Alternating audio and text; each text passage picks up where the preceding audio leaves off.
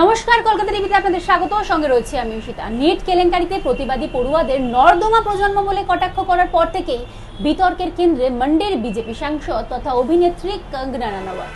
পরবর্তীতে অবশ্য তিনি নিজের মন্তব্য থেকে সরে এসে যুব সমাজকে দেশের শক্তি বলেছেন, যদিও তারপরও কিন্তু বিতর্ক এক ছিল থামেনি।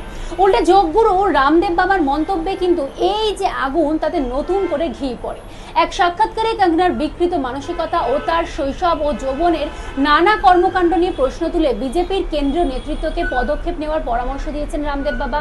সনাতনী যোগগুরুর এই ব্যক্তিগত আক্রমণের পর থেকেই দুজনের মধ্যে কিন্তু বাকযুদ্ধে উত্তাল হয়েছে নেটপাড়া। যদিও রামদেব বাবার ব্যক্তিগত মন্তব্যে চরম ক্ষুব্ধ হয়ে পাল্টা কড়া প্রতিক্রিয়া জানিয়েছেন কঙ্গনা রানাওয়াত। কড়া সুরে তিনি বলেছেন, বাবাজি, আমার যৌবন আর বেডরুম নিয়ে দিবাস্বপ্ন দেখা বন্ধ করুন।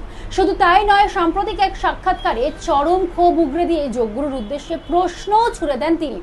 আপনি কি বাদুড়ের মতো আমার বেডরুমে ঝুলেছিলেন যে আমার ব্যক্তিগত জীবন সম্পর্কে এত খবর রাখছেন? পাশাপাশি রামদেব বাবার আয়ুর্বেদিক যে ব্র্যান্ড পতঞ্জলি এবং তার ব্যবসায়িক মানসিকতা নিয়েও জোরালো খোঁচা দিয়েছেন অভিনেত্রী তথা সাংসদ।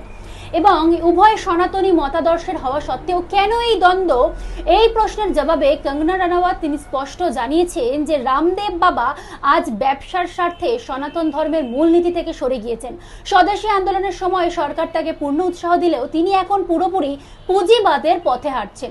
আয়ুর্বেদ ও যোগব্যায়ামের আদর্শ ছেড়ে তিনি এখন গেঞ্জি এবং অন্তর্বাসের ব্যবসায় নেমেছেন বলেও তোপ দাগেন কঙ্গনা রানাওয়াত তথা মন্ডির সাংসদ তথা অভিনেত্রী।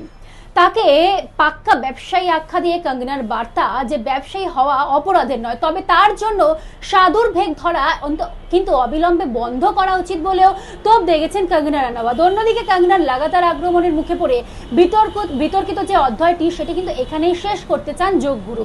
সংবাদ মাধ্যমের মুখোমুখি হয়ে তিনি পাল্টা স্পষ্টভাবে জানিয়ে দিয়েছেন যে তিনি বিষয়টি আর বাড়াতে কিন্তু কোনোভাবেই আগ্রহী নয়। তিনি এই বিষয়টি আর বাড়াতে আগ্রহী নয়। দেশের প্রতি তার অবদান এবং তার পরিচয় সম্পর্কে গোটা দেশ অবগত। তাই এই ধরনের মানুষদের নিয়ে তিনি নতুন করে আর কোনো মন্তব্য করতে চান না।